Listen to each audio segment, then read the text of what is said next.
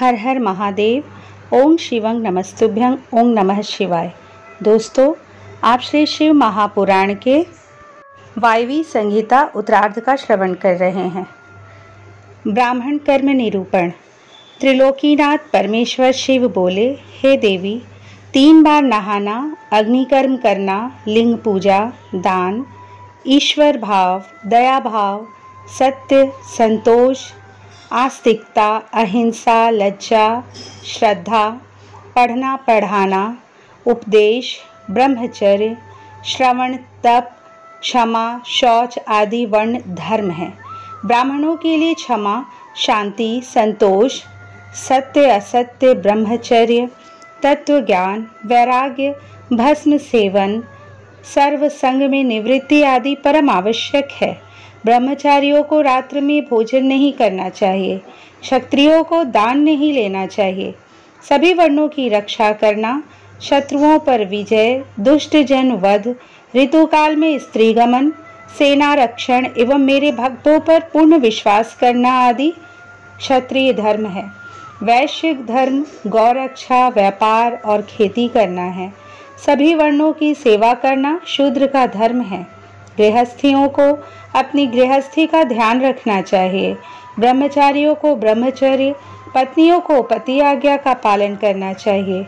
विधवा स्त्रियों को भूमि शयन, धर्म, व्रत, दान, तप, शांति का पालन करना चाहिए व चतुर्दशी, पूर्णमासी व एकादशी का व्रत करना चाहिए। मेरी आराधना करने वाले प्राणी जन को ओम नमः शिवाय का मंत्र जाप करना चाहिए। पंचाक्षर मंत्र की महिमा। मुनि उपमन्यु बोले, हे श्री कृष्ण, वेदों एवं शास्त्रों में ओंकार और षडाचार मंत्र की महिमा का गुणगान किया गया है। यह मंत्र भक्तों की सभी मनोकामनाओं को पूरा करता है। वेदों का सार रूप होने के कारण इसके अर्थ में बहुत सी सिद्धियां विद्यमान हैं। यह मंत्र परम मुक्तिदाता है। ओम नमः शिवाय मंत्र का जाप मनोरंजक तथा परे से भी परे है। इस मंत्र की बड़ी महिमा है। अत्यंत सूक्ष्म होने पर भी यह तीनों गुणों से परे है। पंचाक्षर मंत्र सभी विद्याओं का बीज है। यह मंत्र सर्वज्ञ एवं समर्थ है। ओम में ब्रह्म स्थित है। नमः शिवाय में ईशान नामक सूक्ष्म ब्रह्मांड स्थित है। भगवान शिव तो सदा इस मंत्र में निवास करते हैं। यह मंत्र संसार से मुक्ति प्रदान करने वाला है। इस मंत्र पर अविश्वास करने वाला अधर्मी मनुष्य नरक का भागी होता है। इस पंचाक्षर मंत्र में 7 करोड़ मंत्र हैं तथा अनगिनत उपमंत्र हैं। पंचाक्षर मंत्र एवं षडाचार मंत्र में संपूर्ण शिव ज्ञान तथा सभी विद्याओं के तत्व हैं। जिसके हृदय में ओम नमः शिवाय नामक महामंत्र है, उसे अन्य किसी शास्त्र के अध्ययन की कोई आवश्यकता नहीं होती। कली नाशक मंत्र। देवी पार्वती बोली, हे स्वामी, कलयुग में पाप रूपी अंधकार निरंतर बढ़ता जाता है। धर्म से विमुखता आ जाती है। धर्म के आचार विचार, सभी परंपराएं एवं मर्यादाएं नष्ट हो जाती हैं। तब उसमें आपके भक्तों की क्या गति होगी और वे कैसे मुक्त हो पाएंगे? पार्वती जी के वचन सुनकर शिव जी बोले, हे देवी, कलयुग में पंचाक्षर मंत्र का भक्तिपूर्वक जाप करने वाले मनुष्यों को मुक्ति मिल जाती है। पापियों, निर्दयी एवं कुटिल जन भी श्रद्धा भावना से पंचाक्षर मंत्र का जाप करने से भवसागर से पार हो जाते हैं। पंचाक्षर मंत्र के जपने से शिवलोक की प्राप्ति होती है। यह सर्वोत्तम मंत्र है। महर्षि इसी मंत्र के प्रभाव से स्वधर्माचरण करते हैं। प्रलय आने पर सभी स्थावर जंगम जीव नष्ट हो जाते हैं। तब मैं ही एकमात्र जीवित रहता हूँ। सारे वेद और शास्त्र मुझ में लीन हो जाते हैं। फिर नई सृष्टि का आरंभ होता है। सृष्टि के पुनः आरंभ में जब श्री हरि क्षीर सागर में सो रहे थे, उस समय उनकी नाभि से पंचमुखी ब्रह्मा की उत्पत्ति हुई। उन्होंने सृष्टि की रचना करने हेतु मेरी तपस्या की। तब मैंने ब्रह्मा जी को साक्षात दर्शन देकर उन्हें ओम नमः शिवाय मंत्र की दीक्षा दी। इसी मंत्र के प्रभाव से उन्होंने देवताओं, दानवों, ऋषियों एवं प्राणीजन की रचना की। नमः शिवाय यह 5 अक्षरी मंत्र महिमावान है और सारे जगत का बीज रूप है। इसे वेदों से उत्तम माना गया है। मेरे द्वारा प्रकट प्रथम विद्या यही है। वामदेव इसके ऋषि हैं और पंक्ति छंद है। मैं इस मंत्र का देवता हूँ। यह मेरा परम प्रिय मंत्र है। पंचाक्षर मंत्र कलयुग में इस भवसागर से तारने वाला मंत्र है। व्रत ग्रहण करने का विधान। भगवान शिव बोले, हे प्रिय, ऐसा व्रत जो क्रिया और श्रद्धा से हीन हो निष्फल होता है। तभी सिद्ध व्यक्ति श्रद्धा भाव बढ़ाते हैं और तत्वज्ञाता गुरु की शरण में जाते हैं। प्राणीजन शरीर, मन और वाणी द्वारा उनका पूजन करते हैं और यथा योग्य वस्तुओं का दान करते हैं। इसलिए जब प्राणीजन गुरु की शरण में जाते हैं तो गुरु उन्हें मंत्र की दीक्षा देते हैं और जब शिष्य का अहंकार का भाव समाप्त हो जाता है तब उसे घृत से स्नान करा, आभूषण से भूषित कर ब्राह्मणों का पूजन करे, फिर गौशाला या मंदिर में जाकर विधि पूर्वक ज्ञान का उपदेश दे। गुरु द्वारा दीक्षित मंत्र का प्रतिदिन 108 बार जाप करना चाहिए। इससे परम गति प्राप्त होती है। वाचिक जप का फल 1 गुना, उपांशु जप का 100 गुना, मानस का 1000 गुना, सगर्भ का 1,00,000 गुना होता है। मंत्र के अंत में ओंकार होना चाहिए। ध्यान के साथ मंत्र का जाप करना चाहिए। सूर्य, अग्नि, गुरु, चंद्रमा, दीपक, जल, ब्राह्मण और गौ के पास ही जप करना चाहिए। वशीकरण हेतु पूर्व, घात करने हेतु दक्षिण, धन प्राप्ति हेतु पश्चिम, शांति हेतु उत्तर की ओर मुख करके जप करना चाहिए। आचारहीन व्यक्तियों को लोक निंदक माना जाता है। तप, उत्तम धन और श्रेष्ठ विद्या को आचार माना जाता है। निंदक मनुष्य को परलोक में भी सुख नहीं मिलता। इसलिए हमें सदाचार का पालन करना चाहिए। गुरु द्वारा दीक्षित मंत्र पतित चांडालों को भी सुधारने वाला तथा परम गति प्रदान करने वाला होता है। दीक्षा विधि। श्री कृष्ण बोले, हे महर्षि, अब आप मुझे शिव संस्कारों के बारे में बताइए। यह सुनकर उपमन्यु बोले, हे श्री कृष्ण, मनुष्य द्वारा 6 मार्गों को शुद्ध कर लेना संस्कार कहलाता है। ज्ञान प्रदान करने वाले तथा बंधनों का नाश करने वाले संस्कार दीक्षा कहलाते हैं। शांभवी, शाक्ति और मांत्री शांभवी दीक्षा 3 प्रकार की होती है। शांभवी तीव्र और तीव्रतरा 2 प्रकार की होती है। पाप नष्ट करने वाली तीव्र तथा आनंद प्रदान करने वाली तीव्रतरा शांभवी दीक्षा कहलाती है। योग मार्ग से शिष्य शरीर में प्रवेश कर गुरु द्वारा दी गई दीक्षा शाक्ति दीक्षा कहलाती है। कुंड कुंडल सहित की गई क्रिया दीक्षा मांत्री दीक्षा कहलाती है। शिष्य को अपने गुरु के गौरव को बढ़ाने हेतु नित्य उनका पूजन करना चाहिए। गुरु और भगवान शिव में कोई अंतर नहीं मानना चाहिए। हमें गुरु आज्ञा का अनुसरण करना चाहिए।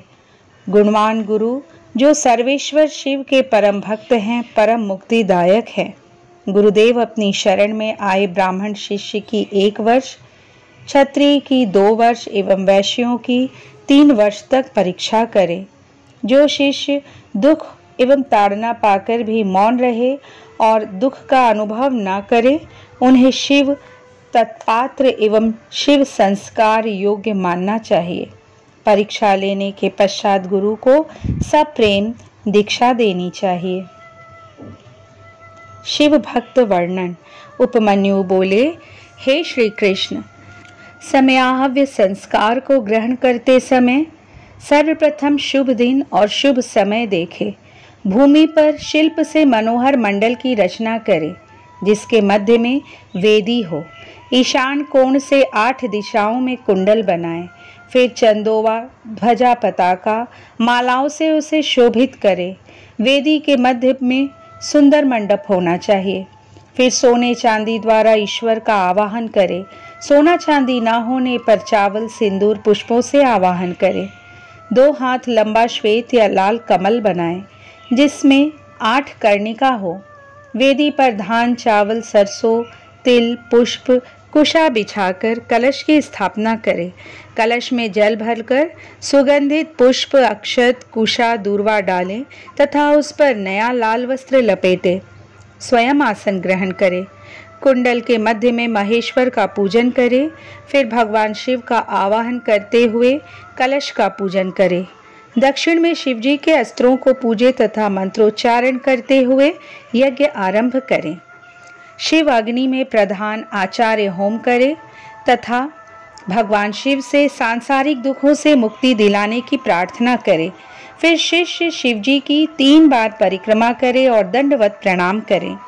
फिर शिव मंत्र का उच्चारण करते हुए शास्त्र अनुसार गुरु शिष्य के शरीर में प्रविष्ट होकर मूल मंत्र के तर्पण में 10 आहुतियां दे।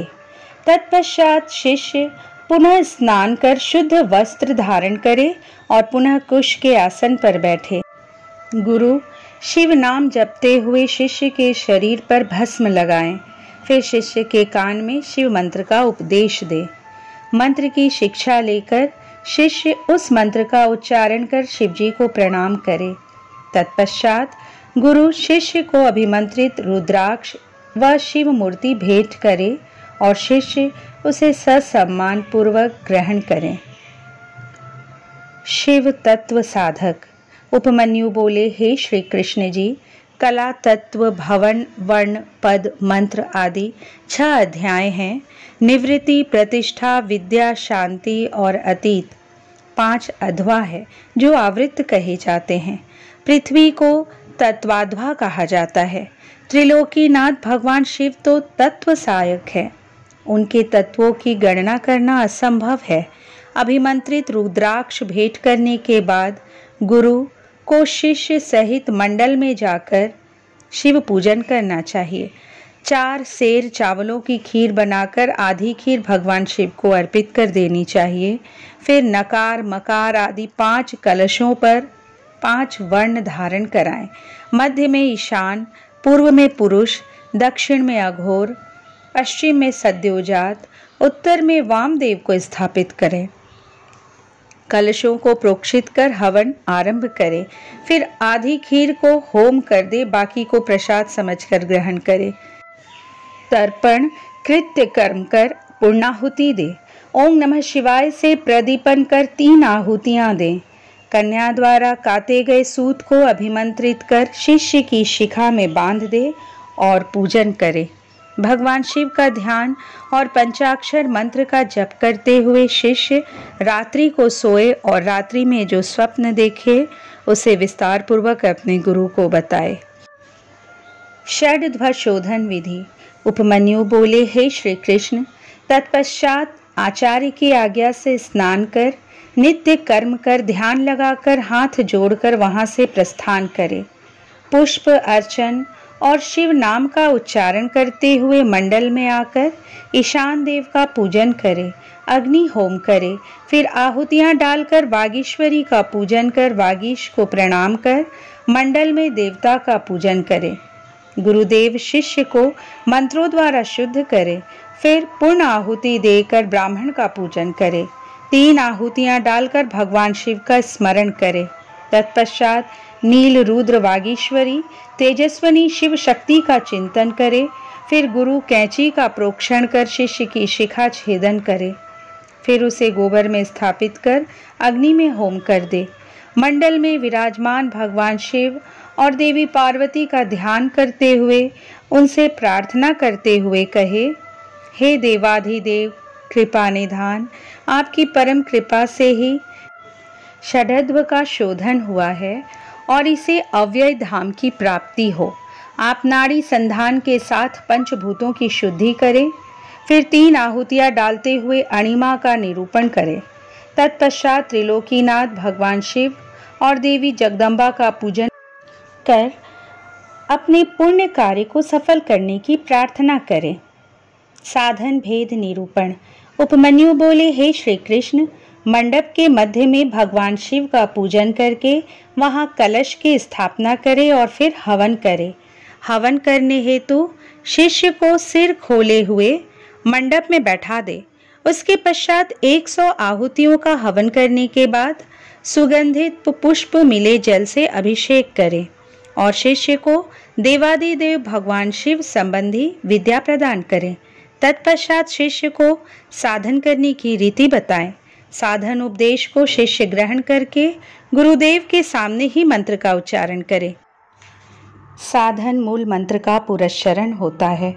इस प्रकार विधि विधान से भक्तिपूर्वक आराधना पूर्ण करने के पश्चात खीर का प्रसाद अर्पण करे और दंडवत प्रणाम करे। तत्पश्चात आसन पर बैठकर भगवान शिव का स्मरण करते हुए ध्यान लगाकर दीक्षित मंत्र का जाप करना आरंभ कर दे। इस प्रकार इस मंत्र के 1 करोड़ अथवा सामर्थ्य अनुसार जप करें। इस मंत्र का उपदेश देने वाले गुरु और उपदेश पाने वाले शिष्य के लिए इस लोक और परलोक में कुछ भी ऐसा नहीं है जिसे प्राप्त नहीं किया जा सके। अभिषेक। उपमन्यु बोले, हे श्री कृष्ण जी, जब शिष्य दीक्षित मंत्र को साथ ले तब उसे पाशुपति व्रत धारण कराए, फिर उसे अभिषेक करने के लिए आसन पर बैठा दे। पंचकलाओं से पूर्ण कलश स्थापित कर भगवान शिव का पूजन करे। मध्य के कलश के जल से शिष्य का अभिषेक करे। फिर देवाधिदेव भगवान शिव को सुंदर वस्त्र एवं आभूषणों से सुशोभित कर शिव मंडल में आराधना करनी आरंभ करे। 108 आहुतियां डालकर हवन संपन्न करे। फिर शिव जी की मूर्ति को वहां से उठा ले। शिव घट तथा अग्नि का पूजन और आराधना करे। फिर अश्व शोधन की क्रियाएं पूर्ण करे। भगवान शिव में असीम श्रद्धा और भक्ति भाव रखने वाले और शिव शास्त्रों को जानने वाले विद्वान और ज्ञानी ही शिव मंत्र को दुर्लभ समझते हैं, इसलिए शक्ति संस्कार कर निरूपण करते हैं। कर्म निरूपण। श्री कृष्ण जी बोले, हे महर्षि, अब आप मुझे कर्मकर्ता पुरुषों के नित्य कर्मों के बारे में बताइए। तब मुनिवर उपमन्यु बोले, हे श्री कृष्ण, सत्पुरुषों को प्रातःकाल ब्रह्म मुहूर्त में उठना चाहिए। उठकर सर्वप्रथम भगवान शिव और देवी पार्वती का ध्यान करें। अरुणोदय होने पर घर से बाहर शौच से निवृत्त होकर स्नान करें। फिर आचमन कर स्वच्छ वस्त्र पहने। 3 मंडलों की रचना कर भगवान शिव के मंत्र का जाप करना आरंभ करें। घुटने के बल बैठकर शिव जी को प्रणाम करके अर्घ्य दे। अर्घ्य देने के लिए जल में कुशा डाले। फिर शरीर पर भस्म धारण करे। मस्तक, छाती और दोनों भुजाओं पर त्रिपुंड धारण करे। तत्पश्चात गले, कानों और हाथों में रुद्राक्ष धारण करे। ब्राह्मणों को सफ़ेद, लाल, पीत रंगीन नए वस्त्र धारण कराएं। वस्त्र धारण करने के बाद पूजा के स्थान पर उत्तर की ओर मुख करके बैठे और हाथ जोड़कर अपने आराध्य देव त्रिलोकीनाथ भगवान शिव का ध्यान करे। ध्यान से उठने पर शिष्य नामाष्टक का पाठ कर गुरु को श्रद्धावनत होकर प्रणाम करे। पूजन का न्यास निरूपण। उपमन्यु बोले, हे श्री कृष्ण जी, न्यास गृहस्थियों के क्रमानुसार 3 प्रकार का होता है। ब्रह्मचारियों के लिए उत्पत्ति न्यास, सन्यासियों के लिए लय न्यास और गृहस्थियों के लिए स्थित न्यास का विधान है। अंगूठे से लेकर कनिष्का उंगली तक स्थित न्यास होता है। लय न्यास वाम अंगुष्ठ से दक्षिण अंगुष्ठ तक होता है। बिंदु के साथ नकार आदि वर्णों का न्यास करना चाहिए। तल और अनामिका में शिवजी का न्यास करे। 10 दिशाओं में अस्त्र न्यास होना चाहिए। 5 भूतों के स्वामी और 5 कलाओं को अपने हृदय के मध्य ब्रह्मरंध्र में धारण करे। पंचाक्षर मंत्र का जाप करे। प्राणवायु को रोककर अस्त्र मुद्राओं से भूत ग्रंथि का छेदन कर सुषुम्ना नाड़ी द्वारा जप करे। फिर वायु द्वारा शरीर शोषण करे। फिर कलाओं का संहार करे। दुग्ध कलाओं का स्पर्श कर अमृत द्वारा सिक्त कर शरीर को उचित स्थान पर स्थापित करे। तत्पश्चात भौतिक शरीर को भस्म द्वारा स्नान कराएं। हृदय में स्थित भगवान शिव का ध्यान करते हुए अमृत वर्षा से विधात्मक देह को सींचे। अपने शरीर को शुद्ध करके शिव तत्व प्राप्त कर ईश्वर का पूजन करे। मातृन्यास, ब्रह्मन्यास, प्रणव न्यास और हंस न्यास करे। हकार हृदय से सकार भ्रिकुटी मध्य में 50 वर्ण रुद्र मार्ग के द्वारा न्यास करे। फिर क्रमशः अघोर, वामदेव, प्रणाम, हंस, न्यास, पंचाक्षरी मंत्र का न्यास करे। भगवान शिव का परम भक्त और शिव पूजन और ध्यान करने वाला मनुष्य संसार सागर से पार हो जाता है। इसी के द्वारा मोक्ष की प्राप्ति होती है।